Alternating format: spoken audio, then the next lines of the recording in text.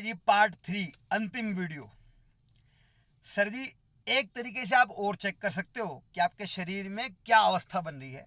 नाक के दोनों छिद्रों के नीचे अपनी उंगली को रखिए और श्वास को एक बार छोड़िए।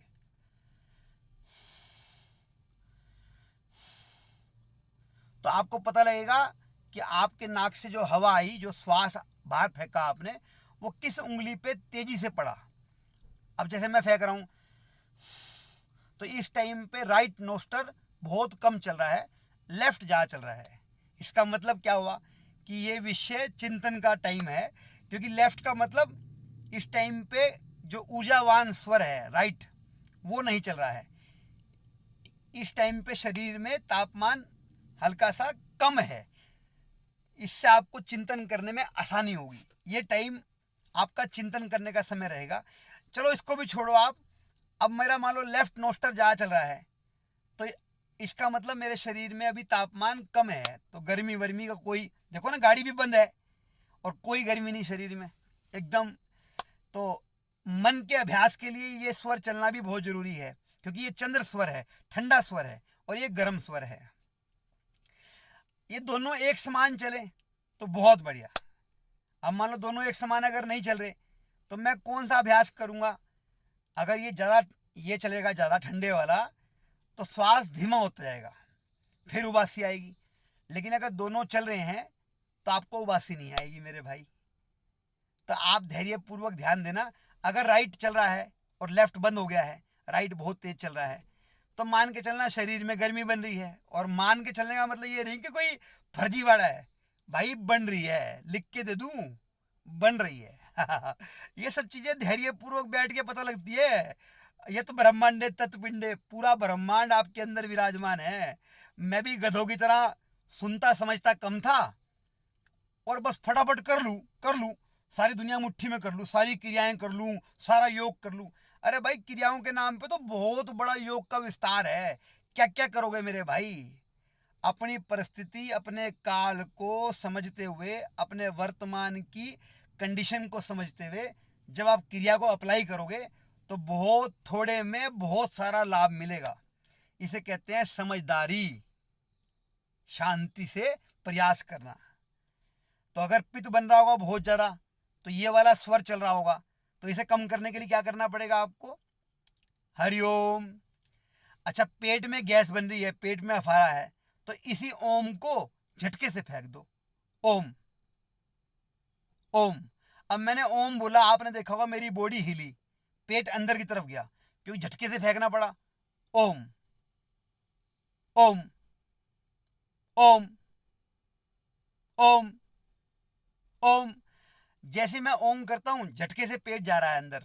बस धीरे धीरे धीरे धीरे निवाया पानी पीते रहना, बीच बीच में आपका सारा मल निकल जाएगा, पेट खुल के साफ हो जाएगा।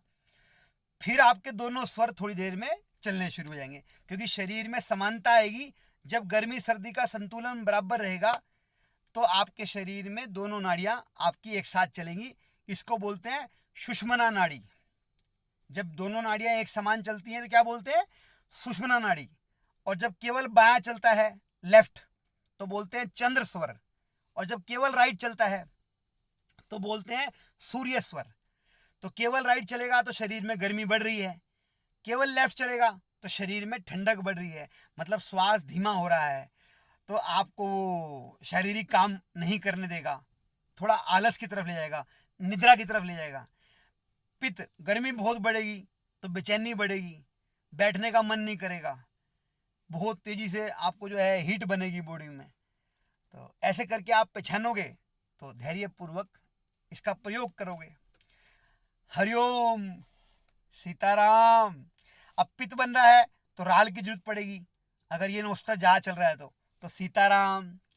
और अगर ये नोस्टर ज़्यादा चल रहा है तो आप कहीं जा रहे हो, डाउन में जा रहे हो, मतलब डीप जा रहे हो कहीं भावना में, तो आपका शरीर साथ छोड़ रहा है, तो ओम ओम, ताकि जिससे राल ना बने। ओम में टंग ऊपर लगता नहीं है, ओम। तो थोड़ी देर में आपका होश आ जाएगा, तो आपका जो राइट नोस्टर है वो भी चलना शुरू हो जाएगा। दोनों नोस्टर चलेंगे, आप होश आपका बना रहेगा। जब दोनों नोस्टर चलते हैं तो यहाँ पर आज्ञा चक्र पे आप होते हो, होश में, कुंडलिनी जागरण, गोल्डन आए।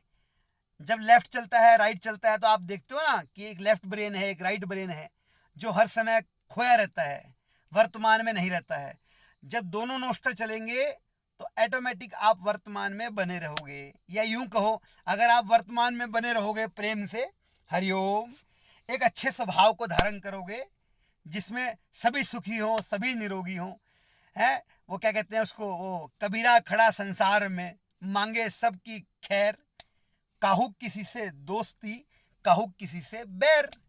तो फिर आपको जब मन में न तो किसी के प्रति मोह है कि मुझे ये मिलेगा, मेरा है, अधिकार जमा रहे हो उसके ऊपर, तो आपको पीड़ा आएगी। द्वेष रखोगे तो पीड़ा आएगी।